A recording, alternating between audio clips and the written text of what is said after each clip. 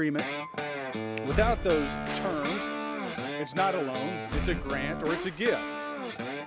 Funding Ukraine is under the purview of Congress, not the executive branch. He could simply call it a loan and never require repayment or reimbursement.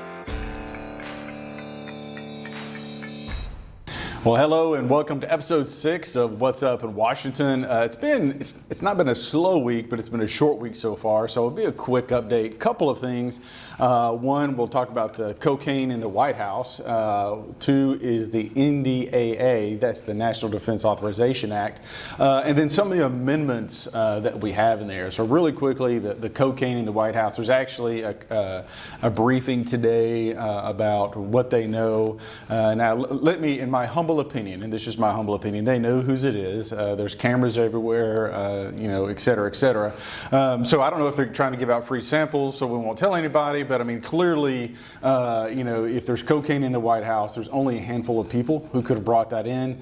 If you were to do that, or if I were to do that, we'd be in jail already. And so it's time for the White House to own up to it and take care of the problems and/or leaks they have in their security. Moving on to the NDAA. Now, this is important. Security, what we spend on defense is very important, especially in the context of what's going on in Ukraine, but also what's happening in Taiwan in respect to the CCP or China.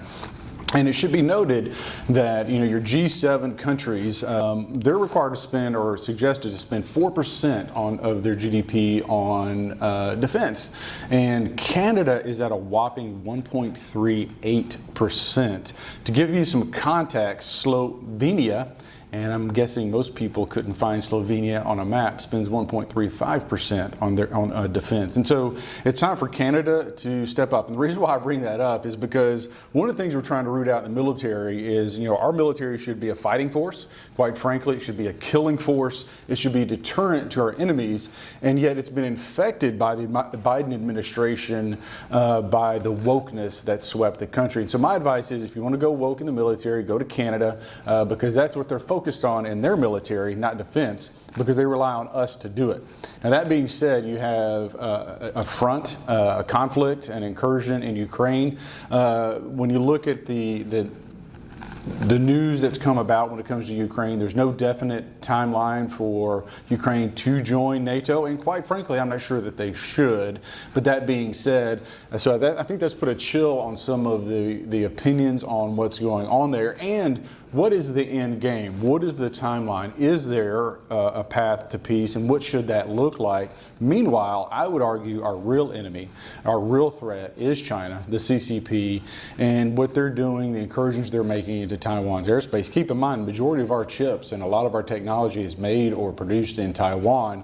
So if the CCP takes hold of that, the chip that runs your car and your computer and your phone and everything else suddenly is in the supply chain and control and under the authority of the CCP. So this is very serious. It's very weighty. Really quickly, we have some amendments out there.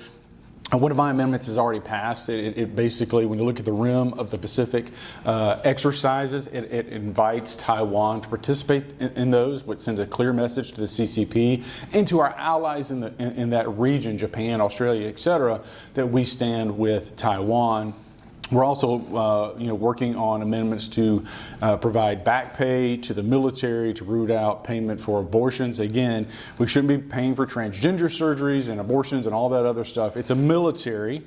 It's a fighting force, and that should be our focus. And again, if you want to be woke, go home, do something else, or move to Canada and join their military.